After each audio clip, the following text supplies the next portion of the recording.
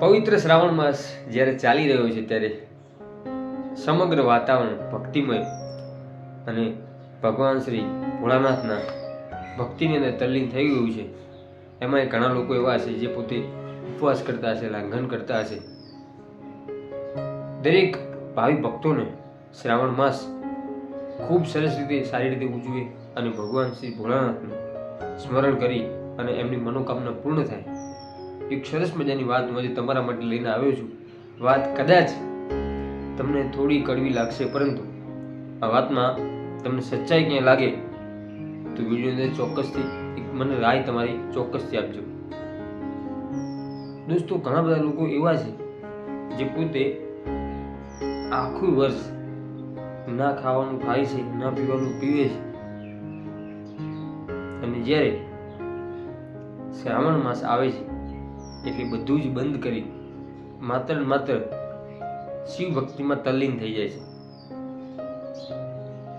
પોતાનું જે કંઈ વ્યસન છે છોડી, પોતાનું જે કંઈ માંસાહાર કે મદિરાપાન છોડી અને માત્ર ને માત્ર આ દિવસોની અંદર ભક્તિમાં લીન થઈ જાય છે અને ભગવાન શ્રી શંકરનો ઉપવાસ કરે છે, શ્રાવણ માસનો ઉપવાસ કરે છે.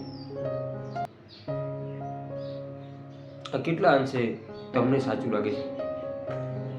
કારણ કે આખું વર્ષ તમે ના કરવાનું કર્યું છે, ના ખાવાનું ખાધું છે, ના પીવાનું પીધું છે, અને શ્રાવણ માસની અંદર આ બંધ કરી દેશો તો શું ભગવાન શંકર તમને માફ કરશે?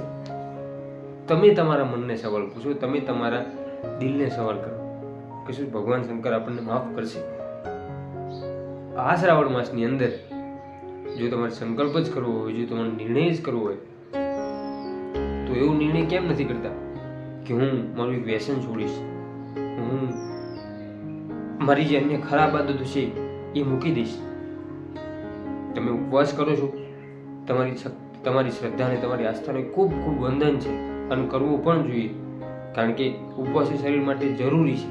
પરંતુ ઉપવાસની સાથે સાથે એક કુટેવ પણ જો દરેક શ્રાવણે મુકતા રહીશું, દરેક શ્રાવણ માસમાં એક કુટેવ આપણી મુકતા રહીશું અને એક સારો વિચાર આપણા મનની અંદર, આપણા જીવનની અંદર ઉતારીશું, તો ધીમે ધીમે ધીમે સમય જતા આપણું જીવન પણ એકદમ ભક્તિમય થઈ જશે, એકદમ સુઘડ અને સ્વચ્છ નિર્વ્યસની થઈ જશે. પણ ક્યારે?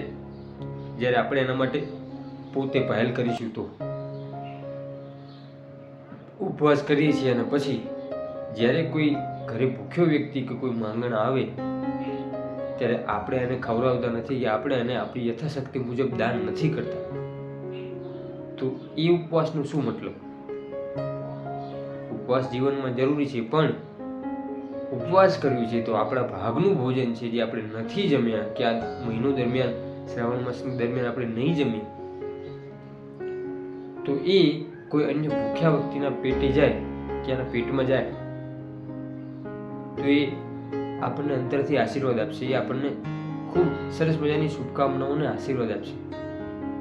એટલે ઉપવાસ આપણે કરીએ છીએ તો આપણા ભાગનું ભોજન કોઈના મુખેથી કોઈના પેટમાં જાય અને એમને આશીષ આપે, એવી એમના આશીષ લઈએ. કારણ કે ઘણી બધી વખત લોકો ઉપવાસ કરે છે, પરંતુ ઉપવાસનો સાચો અર્થ ખબર નથી કે શા માટે ઉપવાસ કરવો જોઈએ, કે શા માટે લાંઘણ કરવું જોઈએ, કે શા માટે ફળાહાર કરી અને કોઈ તોલી નિર્જલા ઉપવાસ કરે છે. ઉપવાસ કરવું જ જોઈએ, પણ સાથે સાથે જીવનની અંદર સારી બે ચાર ટેવ, જેથી કરીને આપણું જીવન સારું આપણે જીવી શકીએ. દોસ્તો, વાત સાચી લાગી હોય તો વિડીયોને લાઈક કરજો, ચેનલ પર નવા હોય તો ચેનલને સબસ્ક્રાઈબ કરજો. આવા બીજા સરસ મજાના વિડીયો જોવા માટે આપણી યુટ્યુબ ચેનલમાં જોડાઈ રહેજો. ફરીથી મળીશું એક નવા વિડીયો સાથે, નવા જ અંદાજ. ત્યાં સુધી જય માતાજી.